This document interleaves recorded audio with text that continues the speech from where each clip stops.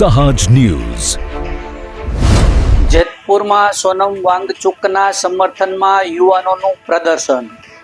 દેશ અને પર્યાવરણની સુરક્ષા માટે ઉઠાવ્યો અવાજ. નમસ્કાર, સહજ ન્યૂઝ સાથે હું છું ગોપાલ ભેસાણી.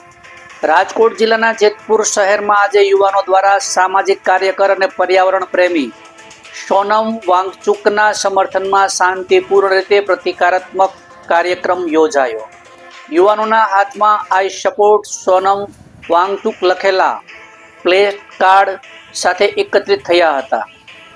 દેશના પર્યાવરણ, હિમાલયના ગ્લેશિયર્સના સંરક્ષણ તેમજ કુદરતી સંપત્તિના જતન માટે જનજાગૃતિ લાવવાનો સંદેશ આપ્યો હતો. કાર્યક્રમ દરમિયાન ઉપસ્થિત યુવાનોએ જણાવ્યું હતું કે તેઓ સોનમ વાંગચુક દ્વારા ઉઠાવવામાં આવેલા પર્યાવરણ અને લદ્દાખ સંબંધિત મુદ્દાઓને સમર્થન આપે છે.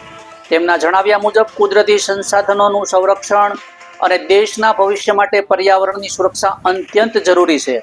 પ્રદર્શન દરમિયાન વિવિધ સૂત્રોચ્ચારો કરવામાં આવ્યા હતા અને યુવાનોએ દેશના હિતમાં પર્યાવરણ પ્રત્યેનું વધુ સંવેદનશીલ નીતિને અપનાવવા માટે અપીલ કરી હતી. રિપોર્ટર ચિરાગ સોલંકી, સહજ ન્યૂઝ, જેતપુર.